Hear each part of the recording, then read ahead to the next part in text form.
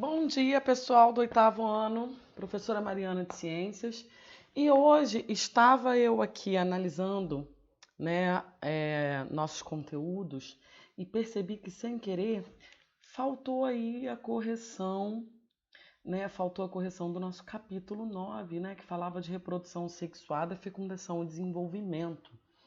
E vou fazer isso agora com vocês. Vamos lá pegar o livro, dê uma pausa aí no vídeo, pega o livro, vamos botar ele todo em ordem bonitinho. Quem está se empenhando e fazendo todas as atividades, porque eu tenho recebido vários e-mails com as atividades feitas, meu super parabéns, tá? Vocês são o meu orgulho de verdade. E vamos lá, que eu quero, quem fez, vamos corrigir, quem não fez, vamos fazer, que eu não quero o livro em branco. Tá? Então, na página... Opa, pulei aqui uma paginazinha. Na página 53, a gente tem um Agora é com você. Vamos lá. Vamos lá, olha só, gente. Os seres humanos, número 1, os seres humanos podem ser exemplo de fecundação com isogamia? Por quê? A resposta é não. Porque a isogamia, os gametas masculinos e femininos são semelhantes na forma, tá? No tamanho e no comportamento. Eles se procuram mutuamente, já que são móveis. Ou seja, esses gametas que têm isogamia, eles são muito semelhantes no formato, no tamanho, o que não acontece com o ser humano. Os nossos gametas, espermatozoide nos homens, ovócito nas mulheres, ou óvulo, eles são muito diferentes. O espermatozoide é muito menor do que o ovócito. O espermatozoide tem cauda, ele consegue se locomover, o ovócito não. Então, eles são muito diferentes. Os gametas humanos são exemplo de oogamia, tá? Oogamia, na qual os gametas masculinos são menores, móveis e mais numerosos, enquanto os gametas femininos são maiores, imóveis e menos numerosos, tá? Então, definição de isogamia, gametas semelhantes, parecidos. Definição de oogamia, gametas diferentes, que é o nosso caso, tá? Número 2. Cite pelo menos duas características da fecundação interna que viabilizam o desenvolvimento das espécies. Só para relembrar, fecundação interna é quando o encontro do espermatozoide com o óvulo acontece dentro do corpo da fêmea. Fecundação externa é quando o encontro do espermatozoide com o óvulo acontece fora do corpo da fêmea. Vou dar exemplos. Fecundação interna, nós temos o encontro do nosso espermatozoide com o nosso óvulo, ele é dentro do corpo da mãe, da fêmea. No caso dos sapos,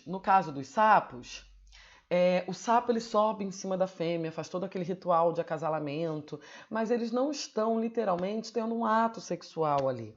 O macho ele está estimulando a fêmea a jogar os óvulos dela na água, e imediatamente quando ela joga esses óvulos na água, ele joga os espermatozoides dele na água. E o encontro do espermatozoide com o óvulo vai acontecer dentro da água, ou seja, em um meio externo, fora do corpo da mãe. Então é um tipo de fecundação externa. Mas a pergunta aqui, ele quer pelo menos duas características da fecundação interna que viabilizam o desenvolvimento das espécies. Então, olha só. Primeiro, uma alta taxa de fecundação. Os espermatozoides localizam-se muito próximo aos gametas femininos. Então, com certeza, ali eles vão mais chance de fecundar o óvulo. Menor incidência da ação de predadores. Cada vez que o exemplo do sapo que eu dei, ele joga aqueles ovinhos na água, podem vir predadores e simplesmente comer os ovinhos deles. Lembrando que é um ovinho que não é um ovo que nem de galinha, né, gente? Os anfíbios têm um ovo que necessita ficar na água, além da fase da mutação deles, a fase de girino, a fase larval deles, ser necessária eles estarem na água, porque eles têm brânquias, respiram ali dentro no início da vida, mas também é um ovo com uma película fininha, que é necessário ficar hidratado, ficar na água, tá? Eles não têm casca.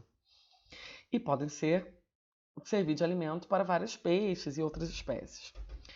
Cuidado parental com o filhote, também é uma característica aí que viabiliza o desenvolvimento das espécies, né? Quem normalmente tem fecundação interna tem cuidado parental com os filhotes, né? Cuida desses filhotes. Nós, mamíferos, cuidamos muito bem dos filhotes, não só os humanos, né? Mas uma cadelinha, uma gata, uma onça, uma leoa, ela cuida muito bem desses filhotes até eles estarem prontos para se virar sozinho, né? E são esses exemplos, o que viabilizam condições favoráveis para o desenvolvimento e a sobrevivência da prole desses filhotes, tá?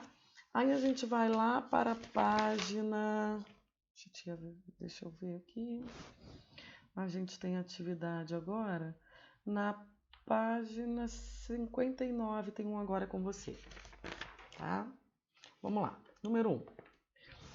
Quais as diferenças entre os animais vivíparos, ovíparos e ovovivíparos quanto à maturação do embrião? Olha só, gente. Essa aula eu fiz, para quem não assistiu, essa aula ela foi a que eu dei live ao vivo no Facebook da escola. Ela deve estar disponível para vocês no nosso canal do YouTube, tá? Mas essa foi a aula que eu dei ao vivo. Os embriões de animais ovíparos e ovovivíparos obtêm nutrientes de que necessitam para o seu desenvolvimento no interior dos ovos. Ou seja, os ovíparos e os ovovivíparos, eles vão ter o que eles necessitam para essa nutrição, vai estar dentro do ovo. Já os animais vivíparos, eles vão ser alimentados, esses nutrientes que eles vão necessitar para o desenvolvimento, vem diretamente da mãe, tá? Através do nossa placenta, nosso cordão umbilical, ok? A gente vai ver isso quando estudar melhor o sistema reprodutor feminino, porque o masculino a gente já até viu semana passada.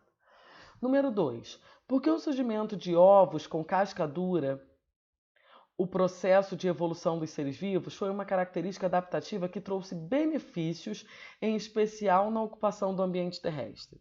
Olha só, a presença da casca favoreceu maior proteção aos ovos contra a desidratação. Quando a gente vai estudar sobre peixes, anfíbios, répteis, aves e mamíferos, a gente vê que os peixes era totalmente ambiente marinho. Os anfíbios, eles passam uma parte da vida, a palavra anfíbio significa vida dupla.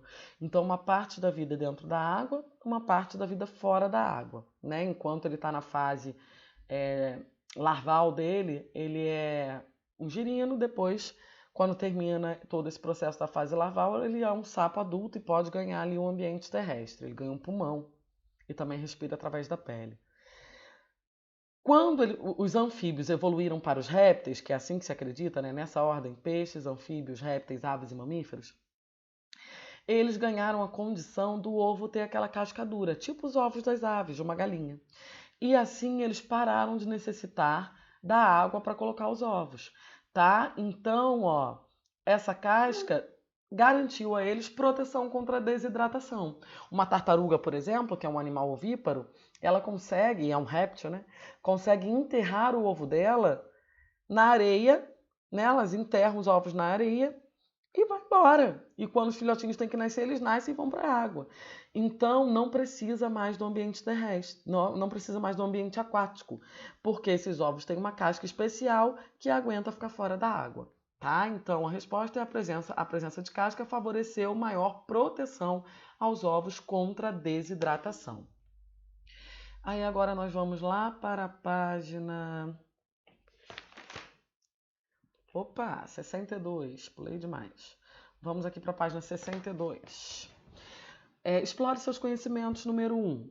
Reprodução é o aumento do número de células ou organismos, sejam eles unicelulares ou pluricelulares. Crescimento é o aumento do tamanho.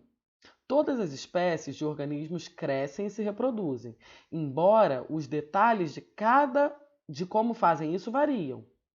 Biologicamente, o sexo é inerente distinto de reprodução. O sexo é inteiramente distinto de reprodução. Verdade, né? A gente tem os animais assexuados que não precisam ter uma relação sexual, né, para poder desenvolver um filhote. E nós temos também a fecundação externa, que também não tem ato sexual, né? Sobre a reprodução sexuada e reprodução assexuada, realizada pelos seres vivos, pode-se afirmar que, vamos lá, ó, letra A. Na reprodução sexuada, há necessidade de contato físico, sexo entre os seres vivos. Mentira. Para ter reprodução sexuada, basta ter troca de gametas ou de material genético. Né? Bastou ter aí troca de material genético, troca de DNA, já é uma reprodução do tipo sexuado. Letra B. Na reprodução assexuada, não ocorre crescimento de seres porque não há sexo. Claro que eles crescem, mesmo na reprodução assexuada. Mentira também. Letra C. Na reprodução sexuada, há união entre gametas de um ou mais indivíduo. Verdadeiro. Quem são esses gametas? Espermatozoide nos machos, óvulo na fêmea. Então essa é a verdadeira. Mas vamos ver as outras? Letra D. Na reprodução sexuada, há necessidade de dois indivíduos de sexo diferente. Também não há necessidade. Nós temos os hermafroditas, né? Que os dioicos, né, que conseguem fazer autofecundação, que eu dei o exemplo da tênia no vídeo que eu fiz.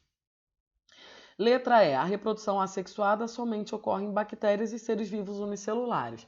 Mentira também. A gente viu que tem até répteis, peixes que conseguem fazer a partenogênese, por exemplo, que é um tipo de reprodução assexuada.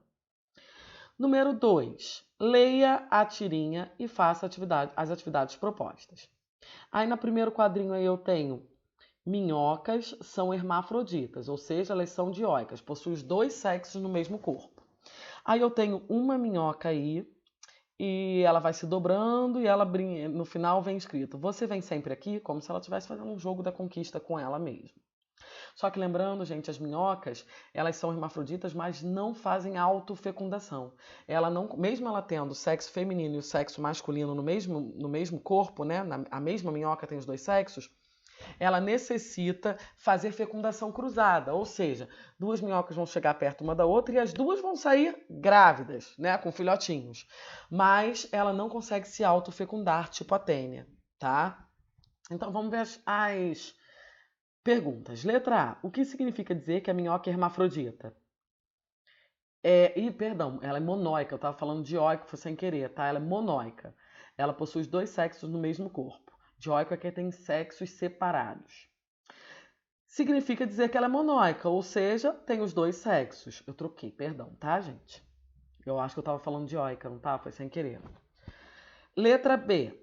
A ideia dessa minhoca em se autopaquerar ocasionará algum resultado em relação ao seu modo de reprodução? Explique sua resposta. Não, ela não vai ter sucesso, porque foi o que eu falei, mesmo ela sendo hermafrodita, ela tem que fazer fecundação cruzada, ela vai necessitar de uma outra minhoca para se reproduzir, ela não consegue fazer autofecundação, tá? Número 3. Muitas plantas são monóicas, possuem os dois sexos no mesmo corpo, mas alguns mecanismos bioquímicos evitam a autofecundação. Em algumas espécies, por exemplo, órgão masculino e feminino amadurecem em tempos diferentes. Evitar a autofecundação é vantajoso para a planta? Por quê? Sim, gente. Na autofecundação não ocorre a união dos caracteres de organismos diferentes, e assim a variabilidade genética é menor, podendo dificultar a adaptação dos indivíduos a mudanças ambientais ao longo da geração. Então é mais interessante que ela se fecunde com uma outra espécie para ver um material genético diferente, um DNA diferente, do que com ela mesma, que senão ela vai gerar indivíduos idênticos, né? Então não vai ter essa variabilidade genética, não vai ter essa variação de indivíduos. Número 4. A polinização geralmente ocorre entre flores da mesma planta ou entre flores de plantas diferentes, da mesma espécie, caracterizando a polinização ou fecundação cruzada.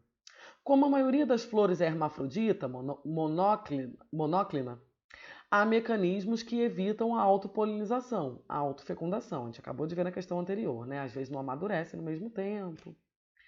A parte feminina com a parte masculina. Letra A. Explica um dos mecanismos que dificultam ou evitam a autopolinização. Então vamos lá. Dificuldade no transporte de grãos de pólen ocorre em razão da posição inferior das anteras em relação ao estigma, estrutura que recebe esses grãos. A parte feminina e a parte masculina da planta. Se vocês quiserem analisar melhor onde fica a antera e o estigma, a gente tem na página 60, tá? O estigma e as anteras. A antera vai ser a parte masculina, o estigma vai dar, vai chegar, né, à parte feminina. Letra B. E você vai ver que o estigma é mais alto do que a antera. Fica mais difícil do pólen conseguir se locomover lá para dentro da antera. Letra B. Qual a importância dos mecanismos que evitam a autopolinização? Garantir variabilidade genética, né? Ó, a autopolinização impede que ocorra variabilidade genética. Uma vez que a flor fecundada não conterá informações genéticas de outro indivíduo.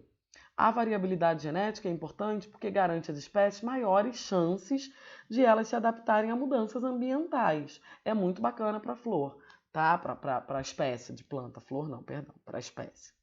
5. As angiospermas constituem o grupo de plantas mais abundantes do nosso planeta. Elas surgiram há cerca de 130 milhões de anos e são bastante comuns no dia a dia, com aproximadamente 250 mil espécies espalhadas pelo mundo. Cite algumas características que contribuíram para que essas plantas dominassem o ambiente terrestre.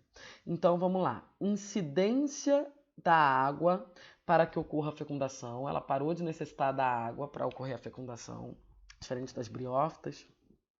Produção de néctar por algumas flores, que aumentou as chances de polinização por atrair animais, né, insetos e aves.